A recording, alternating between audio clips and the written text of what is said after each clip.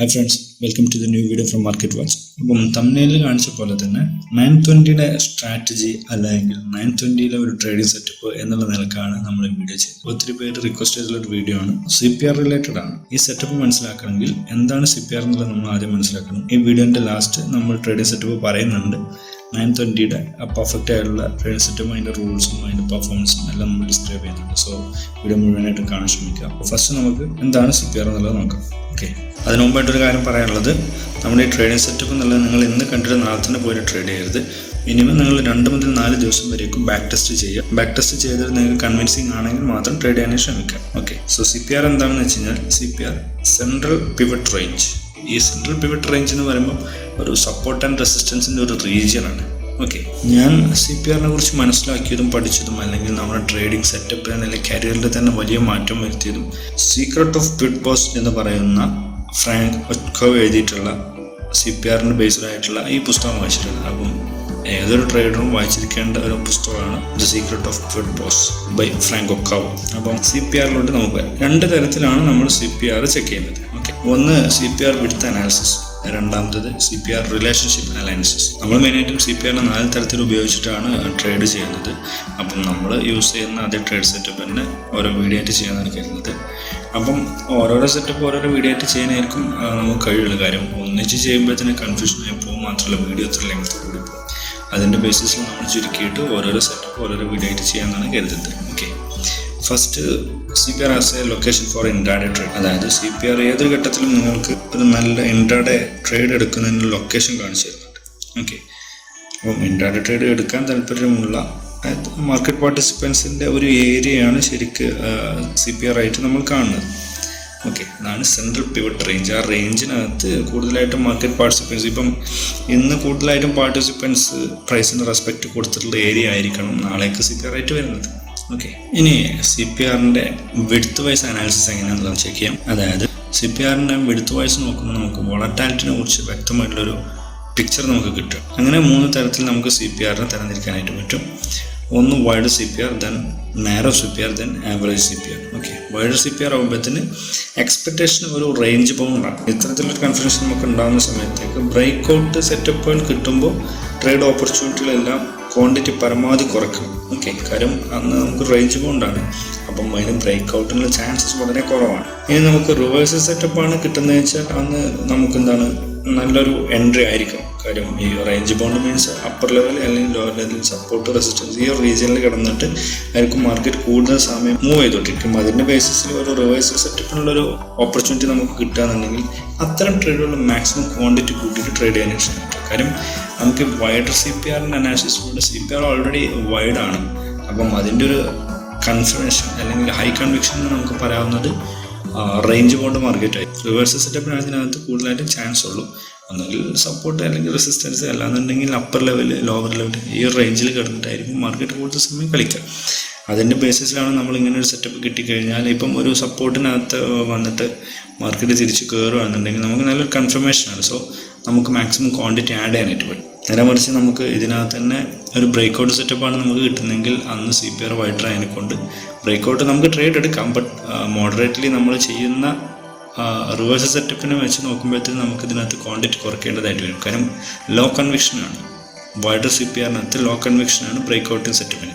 അതിൻ്റെ ബേസിസിലാണ് നമ്മൾ ക്വാണ്ടിറ്റി കുറയ്ക്കണം എന്ന് പറയുന്നത്. ഓക്കെ, ഇനി രണ്ടാമത് വരുന്നത് നാരോ CPRൻ്റെ ഒരു സിനാരിയോ ആണ്. അപ്പം നാരോ CPRൻ്റെ ഒരു എക്സ്പെക്ടേഷൻ എന്താണെന്ന് വെച്ച് കഴിഞ്ഞാൽ ട്രെൻഡിങ് ബ്രേക്ക് ഔട്ട് മാർക്കറ്റാണ്. അതായത് മാർക്കറ്റ് ട്രെൻഡിങ് ആയിരിക്കുകയും ചെയ്യും, അതുപോലെ തന്നെ ബ്രേക്ക് ഔട്ടിലുള്ള ചാൻസും വളരെ കൂടുതലാണ്. സോ ഒരു ബ്രേക്ക് ഔട്ട് സെറ്റപ്പ് നമുക്ക് കിട്ടിക്കഴിഞ്ഞാൽ മാക്സിമം ക്വാണ്ടിറ്റി കൂട്ടിയിട്ട് ട്രേഡ് ചെയ്യാനായിട്ട് ശ്രമിക്കുക. അതാണ് നാരോ CPRൻ്റെ ഒരു സെറ്റപ്പ്. അതായത് ബ്രേക്ക് ഔട്ടിൽ ഏതൊക്കെയാണ് PDH, PDL, അതായത് previous day high, previous day low, CPR, support, resistance, ഇതൊക്കെ നമുക്ക് ബ്രേക്ക് ഔട്ടായിട്ട് പറയാൻ പറ്റും. ഇങ്ങനെയുള്ള CPR ഡേയ്സിൽ നമുക്ക് ഹൈ കൺവിക്ഷൻ ഉള്ളതിനാൽ ഒരു ബ്രേക്ക് ഔട്ട് സെറ്റപ്പ് കിട്ടുമ്പോഴത്തേന് മാക്സിമം ക്വാണ്ടിറ്റി കൂട്ടിയിട്ട് ട്രേഡ് ചെയ്യാൻ ശ്രമിക്കുക. ഇനി ഇതിനകത്ത് ടൈം ഫ്രെയിമിന് വളരെയധികം ഇമ്പോർട്ടൻസ് ഉണ്ട്. അതൊരു അധിക കൺഫർമേഷനാണ് നമുക്ക്. ഓക്കെ, 920 to 925 ആ ടൈമിലൊക്കെ നമുക്ക് നല്ലൊരു ബ്രേക്ക് ഔട്ട് സെറ്റപ്പ് കിട്ടിക്കഴിഞ്ഞാൽ ഹൈ കൺവിഷനാണ്. കാര്യം മോർണിംഗിൽ മാർക്കറ്റ് ഓപ്പൺ ആയിട്ട് പാർട്ടിസിപ്പൻസ് കൂടുതലായിട്ട് ട്രേഡിലോട്ട് എൻ്റർ ആവുന്ന സമയമാണ് ഈ 920, 925 ടൈമൊക്കെ. അപ്പോൾ ഇത് നല്ലൊരു കൺഫർമേഷനാണ്. നേരെ CPR കിട്ടി നമ്മളെ വ്യൂ ഒക്കെ ഓക്കെയാണ്, ഈ ഒരു ടൈം ഫ്രെയിമിലാണെന്ന് വെച്ചാൽ നമുക്ക് ഒന്നുകൂടെ ക്വാണ്ടിറ്റി ആഡ് ചെയ്തിട്ട് ട്രേഡ് ചെയ്യാനായി ശ്രമിക്കാം. ഓക്കെ, നല്ലൊരു ബെറ്റർ ഓപ്പർച്യൂണിറ്റി ആയിരിക്കും അത്. ഇനി 9:45 മുതൽ 10:15 വരെയൊക്കെയാണ് നമുക്ക് ഇങ്ങനെ ഒരു ബ്രേക്ക്ഔട്ട് സെറ്റപ്പ് കിട്ടുന്നെങ്കിൽ അതിന് കൺവിക്ഷൻ കുറവാണ്. അതായത് മോർണിംഗിൽ 9:20 AM കിട്ടുന്ന ആ ഒരു അത്ര തന്നെ കൺഫർമേഷൻ നമുക്ക് ഇതിനകത്ത് കിട്ടുന്നില്ല. ഈ 9:45 ഒക്കെ ആകുമ്പോഴത്തേന് കിട്ടുന്നില്ല. അപ്പോൾ ട്രേഡ് നമുക്ക് എടുക്കാം, ഒന്നുകിൽ ആ ട്രേഡിൽ നിന്ന് വിട്ടിക്കാം, അല്ലാതെ ട്രേഡ് എടുക്കുകയാണെങ്കിൽ തന്നെ ക്വാണ്ടിറ്റി കുറച്ച് വെച്ചിട്ട് വേണം നമ്മൾ അതിനകത്ത് ട്രേഡ് ചെയ്യാനായിട്ട്. ഇനി ഇതിൻ്റെ റിവേഴ്സൽ സെറ്റപ്പ് എങ്ങനെയാണെന്ന് വെച്ച് കഴിഞ്ഞാൽ കൺവിക്ഷൻ വളരെ കുറവാണ്. നാരോ സിപിആറിനകത്ത് റിവേഴ്സൽ ട്രേഡിന് കൺവിക്ഷൻ വളരെ കുറവാണ്. സോ അങ്ങനെ ഒരു ട്രേഡിലോട്ട് നമ്മൾ കഴിവതും ഒഴിവാക്കിയായിരിക്കും ബെറ്റർ. ഇനി അത്ര കുഴപ്പമില്ലാത്ത കൺവിക്ഷനൊക്കെ ഉണ്ടെങ്കിൽ നമുക്ക് ക്വാണ്ടിറ്റി കുറച്ചിട്ട് ട്രേഡ് ചെയ്യാൻ ശ്രമിക്കാം. വൺസ് നമ്മൾ ഡയറക്ഷനിലോട്ട് മൂവ് ചെയ്ത് ദെൻ ഒരു റീടെസ്റ്റ് ഒക്കെ എടുത്തിട്ട് തിരിച്ച് വീണ്ടും അങ്ങോട്ട് തന്നെ വരികയാണെങ്കിൽ നമുക്ക് വേണമെങ്കിൽ വീണ്ടും ക്വാണ്ടിറ്റി ആഡ് ചെയ്ത് കൊടുക്കാനായിട്ട് പറ്റും. അപ്പോൾ അത്തരത്തിൽ വേണം നമ്മൾ ട്രേഡ് ചെയ്യാനായിട്ട്. അതായത് CPRൻ്റെ ഓപ്പൺ അല്ലെങ്കിൽ CPRൻ്റെ വിടുത്ത് വെച്ചിട്ട് നമ്മൾ കൺഫേം ചെയ്യണം. അന്ന് ഏത് ദിവസമായിരിക്കും, അല്ലെങ്കിൽ എത്ര കണ്ട് ക്വാണ്ടിറ്റി എടുക്കുന്നത്, ഞാൻ കൂടുതൽ ക്വാണ്ടിറ്റി എടുക്കേണ്ടതായിട്ടുണ്ടോ അല്ലെങ്കിൽ കുറച്ചെടുക്കേണ്ടതിന് എൻ്റെ സെറ്റപ്പ് ഇങ്ങനെയാണ് കാണുന്നത്. ഓക്കെ, ഈ നാരോ അല്ലെങ്കിൽ വൈഡർ CPR വെച്ചിട്ട് നമുക്ക് കൺഫേം ചെയ്യാൻ പറ്റും. ഓക്കെ, അപ്പോൾ അത്തരത്തിലുള്ളൊരു സ്റ്റഡിയാണ് നമുക്കിവിടെ വേണ്ടത്. ഇനി മൂന്നാമതായിട്ട് വരുന്നത് ആവറേജ് CPR ആണ്. Average CPR means normal CPR ആണ്.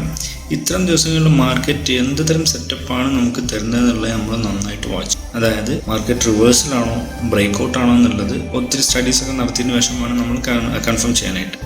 ഈ സ്റ്റഡീസ് നടത്താനായിട്ട് ബെറ്റർ നമുക്ക് ഡിഫറെൻറ്റ് ടൈം ഫ്രെയിംസ് യൂസ് ചെയ്യാം. ഇപ്പോൾ 5 മിനിറ്റ്, 15 മിനിറ്റ്, 30 മിനിറ്റ്സ് ഒക്കെ യൂസ് ചെയ്തിട്ട് കൺഫർമേഷനിൽ എത്തിയതിന് ശേഷമാണ് നമ്മൾ ബ്രേക്ക്ഔട്ടോ അല്ലെങ്കിൽ റിവേഴ്സലാണോ എന്നൊക്കെ ചെയ്യാനായിട്ട്. ബിക്കോസ് ആ ദിവസം എന്താണ് ഒരു ആവറേജ് CPR ആണ്. ആവറേജ് CPR ആകുമ്പോൾ നോർമൽ CPR ആണ്. അതിന് വൈഡർ CPRൻ്റെ അത്ര തന്നെ പെർഫോമൻസ് ഉണ്ടാവില്ല, അല്ലെങ്കിൽ നാരോ CPRൻ്റെ അത്ര തന്നെ പെർഫോമൻസ് ഉണ്ടാവില്ല. സോ ഇത്തരം ദിവസങ്ങളിൽ എന്താണോ മാർക്കറ്റിൽ പ്രൈസ് ആക്ഷൻ നമ്മളോട് പറയുന്നത് അത് കമ്പയർ ചെയ്യാം CPR ആയിട്ട്. അതിനുശേഷം നമ്മൾ ചാൻസസ് നോക്കിയാൽ മതി. ഓക്കെ, ഇനി നെക്സ്റ്റ് വരുന്നത് CPR റിലേഷൻഷിപ്പ് അനാലിസിസ് ആണ്. ഈ അനാലിസിസിലൂടെ മാർക്കറ്റിൻ്റെ അല്ലെങ്കിൽ സ്റ്റോക്കിൻ്റെ ട്രെൻഡാണ് നമുക്ക് മനസ്സിലാക്കാൻ കഴിയുന്നത്. അങ്ങനെ ട്രെൻഡ് മനസ്സിലാക്കാൻ നമുക്ക് കഴിഞ്ഞാൽ നല്ല ട്രേഡ് നമുക്ക് എടുത്തൂടെ. അതായത് ഇന്നത്തെ CPR കഴിഞ്ഞ 2-3 ദിവസത്തെ CPR ആയിട്ട് അല്ലെങ്കിൽ കണ്ടിന്യൂസ് ആയിട്ടുള്ള CPR ആയിട്ട് ഒരു അസെൻഡിങ് ഫോർമേഷനാണ്, അല്ലെങ്കിൽ മുകളിലോട്ടാണ് ഓരോ ദിവസവും CPR ഫോം ചെയ്തുകൊണ്ടിരിക്കുന്നെങ്കിൽ, ഇന്നും അങ്ങനെ തന്നെയാണെങ്കിൽ നമുക്ക് മനസ്സിലാക്കാൻ ഒരു അപ് ട്രെൻഡാണ് ഇപ്പം മാർക്കറ്റിലുള്ളത്. ഓക്കെ, സിമിലർലി ഡൗൺ ട്രെൻഡ് എങ്ങനെയാണെന്ന് വെച്ച് കഴിഞ്ഞാൽ ഇന്നത്തെ CPR കഴിഞ്ഞ 2-3 അല്ലെങ്കിൽ 4 ദിവസത്തെ CPR ആയിട്ട് കണ്ടിന്യൂസ് ആയിട്ട് ഒരു ഡിസെൻഡിങ് മോഡിലാണെങ്കിൽ, അല്ലെങ്കിൽ താഴോട്ട് ഇങ്ങനെ വന്നുകൊണ്ട് ഓരോരോ CPRും താഴോട്ട് വരികയാണെന്നുണ്ടെങ്കിൽ അത് വെച്ചിട്ട് ഒരു ഡൗൺ ട്രെൻഡാണ് മാർക്കറ്റിനകത്ത് ഫോം ചെയ്യുന്നതെന്ന് മനസ്സിലാക്കാം. ഓക്കെ, ഇനി മറ്റൊന്നുള്ളതാണ് ഇൻസൈഡ് റിലേഷൻഷിപ്പ് CPR. ഇത്തരം CPR എന്ന് പറഞ്ഞു കഴിഞ്ഞാൽ ഇന്നത്തെ CPR കഴിഞ്ഞ ദിവസത്തെ CPRനകത്ത് തന്നെയാണ് വരുന്നതെങ്കിൽ, ഓക്കെ, അത്തരം CPRകളെയാണ് നമ്മൾ ഇൻസൈഡ് റിലേഷൻഷിപ്പ് CPR എന്ന് പറയുന്നത്. അതായത് ഇത്തരം ദിവസങ്ങൾ നമുക്ക് മനസ്സിലാക്കാം market is ready for A breakout move on the next day. Okay, അപ്പം ഇന്ന് ഒരു കൺസൾട്ടേഷൻ ഒക്കെ കഴിഞ്ഞ് മേ ബി നെക്സ്റ്റ് ഡേ നല്ലൊരു ബ്രേക്ക്ഔട്ടിന് ചാൻസ് ഉണ്ട്. അത് ഏതർ സൈഡ് ആയിക്കോട്ടെ അതിനുള്ള ചാൻസ് ഉണ്ടെന്നുള്ളത് നമുക്ക് മനസ്സിലാക്കാനേ പറ്റും. ഈ ഇൻസൈഡ് CPRൻ്റെ ഒരു അഡ്വാൻറ്റേജ് അതാണ്. സിമിലർലി ഇതിൻ്റെ മറ്റു തരത്തിലുള്ള ഫോർമേഷനാണ് ഔട്ട്സൈഡ് റിലേഷൻഷിപ്പ് CPR. അതായത് ഇന്നത്തെ CPR കഴിഞ്ഞ ദിവസം CPRനെ പൂർണ്ണമായിട്ടും എൻഗൾഫ് ചെയ്തിട്ടാണ് ഫോം ചെയ്യുന്നതെങ്കിൽ അത്തരത്തിലുള്ള CPRകളെ നമുക്ക് ഔട്ട്സൈഡ് റിലേഷൻഷിപ്പ് CPR എന്ന് പറയാൻ പറ്റും. ഓക്കെ, കൂടാതെ നമുക്ക് മനസ്സിലാക്കാൻ പറ്റും മാർക്കറ്റിന് ഇപ്പോൾ പ്രത്യേകിച്ച് ട്രെൻഡൊന്നുമില്ല, മാർക്കറ്റ് ഒരു എക്സ്പാൻഷൻ ഫേസിലാണ് അല്ലെങ്കിൽ ഒരു കൺസൾട്ടേഷൻ ഫേസിലാണെന്നുള്ളത് മനസ്സിലാക്കാനേ പറ്റും. അതിനെയാണ് നമ്മൾ ഔട്ട്സൈഡ് റിലേഷൻഷിപ്പ് CPR എന്ന് പറയുന്നത്. അപ്പോൾ ഇത്തരം ദിവസങ്ങളിലൊന്നും നമ്മൾ ട്രേഡ് ചെയ്യാതെ മാറിക്കുക, അല്ലെങ്കിൽ ബെറ്റർ ഓപ്പർച്യൂണിറ്റി കിട്ടുവാണെങ്കിൽ മാത്രം ട്രേഡ് ചെയ്യാനായിട്ട് ശ്രമിക്കുക. ഓക്കെ, അതും കുറഞ്ഞ ക്വാണ്ടിറ്റിയിൽ ചെയ്യാനായിട്ട് ശ്രമിക്കുക. അങ്ങനെയാണ് CPRൻ്റെ വിഡ്ത്ത് അനാലിസിസിലൂടെ ഉള്ള സെറ്റപ്പ് വരുന്നത്. ഇനി മറ്റൊന്നുള്ള വിർജിൻ CPR ആണ്, അല്ലെങ്കിൽ VCPR എന്ന് പറയും. അതായത് മാർക്കറ്റ് ഓപ്പൺ ആയിട്ട് ക്ലോസ് ആകുന്നത് വരേക്കും CPRൽ നിന്ന് സപ്പോർട്ടോ റെസിസ്റ്റൻസോ എടുത്തിട്ടില്ല, അല്ലെങ്കിൽ CPRലോട്ട് പ്രൈസ് മൂവ് ആയിട്ടേ ഇല്ല. ഇത്തരം CPRകളെ നമുക്ക് വിർജിൻ CPR എന്ന് വിളിക്കാനായി പറ്റും. ഓക്കെ, ഇത്തരം CPRകളെ നമ്മൾ ആഫ്റ്റർ മാർക്കറ്റ് നാളേക്കുള്ള പ്രിപ്പറേഷൻ്റെ സമയത്ത് ആ CPR നമ്മൾ പ്രത്യേകം മാർക്ക് ചെയ്ത് ആ ലെവൽസ് മാർക്ക് ചെയ്ത് വെക്കുന്ന കാര്യം CPR എന്താണ് ഒരു സപ്പോർട്ടും റെസിസ്റ്റൻസും ആയിട്ട് ആക്ട് ചെയ്യും. ഓക്കെ, വളരെ സ്ട്രോങ് ആയിട്ടുള്ള സപ്പോർട്ടും റെസിസ്റ്റൻസും ആയിട്ട് ആക്ട് ചെയ്യാൻ വിർജിൻ CPRന് കഴിയുന്നതാണ്. സോ അതിൻ്റെ ബേസിസിലാണ് നമ്മൾ ഈ വിർജിൻ CPRൻ്റെ ലെവൽസ് അതുപോലെ തന്നെ നെക്സ്റ്റ് ഡേയിലോട്ട് മാർക്ക് ചെയ്ത് വെക്കുന്നത്. ഇത്തരം വിർജിൻ CPRകൾക്ക് മാക്സിമം നമുക്കൊരു 7 ദിവസത്തെ വാലിഡിറ്റി കൊടുക്കാനായിട്ട് പറ്റും. ഓക്കെ, അത് മാത്രമല്ല വിർജിൻ CPRനകത്ത് മോർണിംഗിൽ മാർക്കറ്റ് ഓപ്പൺ ചെയ്തിട്ട് 1 മണിക്കൂറിനകമാണ് പ്രൈസ് പോയിട്ടുള്ളതെങ്കിൽ അവിടുന്ന് നമ്മൾ മോസ്റ്റ് ഓഫ് ദ ടൈം കാണാറുണ്ട് ഒന്നുകിൽ സപ്പോർട്ട് റെസിസ്റ്റൻസ് ആയിട്ട് ആക്ട് ചെയ്യാറുണ്ട്. ഈ ആദ്യത്തെ 1 മണിക്കൂറിൻ്റെ കേസിൽ വളരെ സ്ട്രോങ് ആണ്. അതിനുശേഷം പിന്നെ മോഡറേറ്റ്ലി കുറവാണ്. നമ്മൾ ഫോക്കസ് ചെയ്യുന്നത് വിർജിൻ CPRലൊക്കെ പ്രൈസ് പോകുന്നത് ആദ്യത്തെ 1 മണിക്കൂറിനകത്താണെങ്കിൽ ഒന്നുകിൽ നല്ല സ്ട്രോങ് ആയിട്ടുള്ള സപ്പോർട്ടായിട്ട് ആക്ട് ചെയ്യാറുണ്ട്, അതല്ലെങ്കിൽ സ്ട്രോങ് ആയിട്ടുള്ള റെസിസ്റ്റൻസ് ആയിട്ട് ആക്ട് ചെയ്യാറുണ്ട്. ഓക്കെ, ഇനി മാർക്കറ്റിൻ്റെ ഒരു ട്രെൻഡ് ചേഞ്ച് മനസ്സിലാക്കാൻ നമുക്ക് കഴിയാന്നുണ്ടെങ്കിൽ നല്ല ട്രേഡ് ഓപ്പർച്യൂണിറ്റി നമുക്ക് ലഭിക്കില്ല. അതായത് ഒരു നല്ല ട്രെൻഡ് ചേഞ്ച് നമുക്ക് മനസ്സിലാക്കാനായിട്ട് വിർജിൻ CPR യൂസ് ചെയ്യാനായിട്ട് പറ്റും. സാധാരണ ഒത്തിരി ട്രേഡേഴ്സ് പോയിട്ട് ട്രാപ്പ് ആവാറുള്ള ഒരു സംഗതിയാണ് ട്രെൻഡ് ചേഞ്ച് എന്നുള്ളത്. അപ്പം അതിൽ നമ്മൾ ഈ വിർജിൻ CPRൻ്റെ സാധ്യതകൾ നോക്കണം. പുറമെ നേരത്തെ വോള്യൂം ഒക്കെ ചെക്ക് ചെയ്തിട്ട് വേണം നമ്മൾ ഈ ട്രെൻഡ് ചേഞ്ച് മനസ്സിലാക്കാനായിട്ട്. ഓക്കെ, അങ്ങനെ ആകുമ്പോൾ ഫേക്ക് എൻട്രീസ് ഒക്കെ ഒത്തിരി ഒഴിവാക്കാനായിട്ട് പറ്റും. ഇതുവരെ വെയിറ്റ് ചെയ്തിട്ടുള്ള ട്രേഡിംഗ് സെറ്റപ്പിനെ കുറിച്ചാണ് നോക്കാൻ പോകുന്നത്. അതായത് 920 ബൗൺസ് സെറ്റ്. ഓക്കെ, ഈ സ്ട്രാറ്റജി അല്ലെങ്കിൽ ഈ ട്രേഡ് സെറ്റപ്പിനകത്ത് നമ്മൾ 920 ഒരു ബൗൺസ് അല്ലെങ്കിൽ CPR എന്നൊരു ബൗൺസ് കിട്ടിക്കഴിഞ്ഞാൽ നമ്മൾ ട്രേഡിലോട്ട് എൻ്റർ ആവുന്നു. അല്ലാന്നുണ്ടെങ്കിൽ നമ്മൾ ആ ദിവസം ആ ഒരു ട്രേഡ് വെച്ച് ആ സെറ്റപ്പ് വെച്ചുള്ള ഒരു ട്രേഡ് നമ്മൾ ഒഴിവാക്കാനായി ശ്രമിക്കുന്നു. ഓക്കെ, സോ സെറ്റപ്പിലേക്ക് പോകുന്നതിന് മുമ്പ് നമ്മൾ അതിൻ്റെ റൂൾസ് മനസ്സിലാക്കിയിരിക്കേണ്ടതുണ്ട്. അതായത് ഈ സെറ്റപ്പും ഈ റൂൾസും എല്ലാം തന്നെ 920യുടെ ക്യാൻഡലിന് മാത്രമാണ് ബാധകം, അല്ലെങ്കിൽ ഫസ്റ്റ് 2 ക്യാൻഡിൽസിന് മാത്രമാണ് ബാധകമായിട്ടുള്ളത്. ഓക്കെ, അതിനുശേഷം നമ്മൾ കൺസിഡർ ചെയ്യാനാണ്. ഓക്കെ, ഇൻട്രാഡേ ട്രേഡിന് വേണ്ടിയിട്ട് ക്ലിയർ കട്ട് റൂൾസ് മസ്റ്റാണ്. കാര്യം ഇൻട്രാഡേ ട്രേഡ് വളരെ റിസ്ക്കിയാണ്. അതുകൊണ്ട് നമ്മൾ പറയുന്ന റൂൾസ് വളരെയധികം പെർഫെക്റ്റായിട്ട് അപ്ലൈ ചെയ്തുകൊണ്ട് മാത്രം എന്ത് ചെയ്യുക, ട്രേഡ് ചെയ്യാൻ ശ്രമിക്കുക. ഓക്കെ, അതായത് ഈ സെറ്റപ്പിനകത്ത് 920ക്ക് നമുക്ക് വെറും 2 ക്യാൻഡിൽ മാത്രം നോക്കിയിട്ട് ആ 2 ക്യാൻഡിൽ നമുക്ക് സെറ്റപ്പ് ഉണ്ടെങ്കിൽ ട്രേഡ് എടുക്കാം, അല്ലെങ്കിൽ ട്രേഡ് ചെയ്യാതെ ഒഴിവാക്കി വെക്കാം. ഓക്കെ, അതാണ് ഈ സ്ട്രാറ്റജിൻ്റെ ഒരു സിമ്പിളായിട്ടുള്ള ലോജിക്ക്. സോ റൂൾസിലോട്ട് പോകുന്നു. ഫസ്റ്റ് വരുന്നത് നമ്മൾ 5 മിനിറ്റ് ക്യാൻഡിലാണ്. എപ്പോഴും ഞാൻ പറയാറുണ്ട്, നമ്മൾ ട്രേഡ് ചെയ്യാൻ വേണ്ടിയിട്ട് 5 മിനിറ്റ് ക്യാൻഡിലാണ് യൂസ് ചെയ്യുന്നത്. ഇവിടുത്തെ കേസിലും നമ്മൾ 5 മിനിറ്റ് ക്യാൻഡിൽ മാത്രമാണ് യൂസ് ചെയ്യുന്നത്. 920 ക്യാൻഡിൽ കംപ്ലീറ്റ് ചെയ്യാനായിട്ട് വെയിറ്റ് ചെയ്യാം.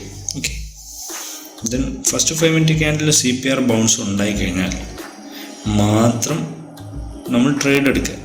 അങ്ങനെയാണെങ്കിൽ CPR ബൗൺസ് നമുക്ക് ഫസ്റ്റ്, അതായത് അതിന് പ്രത്യേക ക്രൈറ്റീരിയ ഉണ്ട്.